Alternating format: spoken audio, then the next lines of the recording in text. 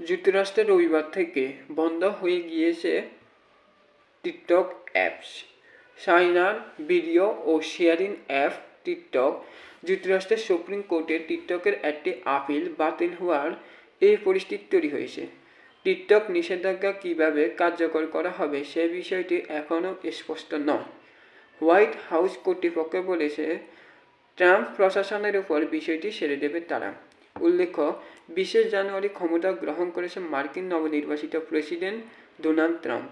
Supreme কোর্টের বিচারকরা শুক্রবার rule দেন কংগ্রেস পক্ষ থেকে চীনা অ্যাপ মালিক বাইটড্যান্সকে টিকটকের যুক্তরাষ্ট্রের মালিকানা বিক্রির জন্য যে আইন করা হয়েছে তা যুক্তরাষ্ট্রের বাক স্বাধীন অধিকার ক্ষুণ্ণ করে না। উল্লেখ্য, যুক্তরাষ্ট্র কর্তৃপক্ষ নিরাপত্তা অভিযোগ তুলে টিকটকের মালিকানা যুক্তরাষ্ট্র কর্তৃপক্ষের কাছে হস্তান্তর করতে চাপ দিয়ে আসছে। টিকটকের কর্তৃপক্ষ থেকে এ নিয়ে আপিল করা হয়।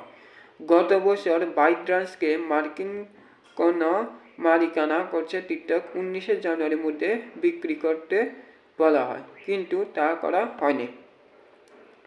বার্তা সংস্থা রিয়েস্টার্ন জানায়, শুক্রবার সুপ্রিম কোর্ট ক্ষেত্রে 9 জানুয়ারি বিচারকের সম্মতিক্রমে আদেশ দেন।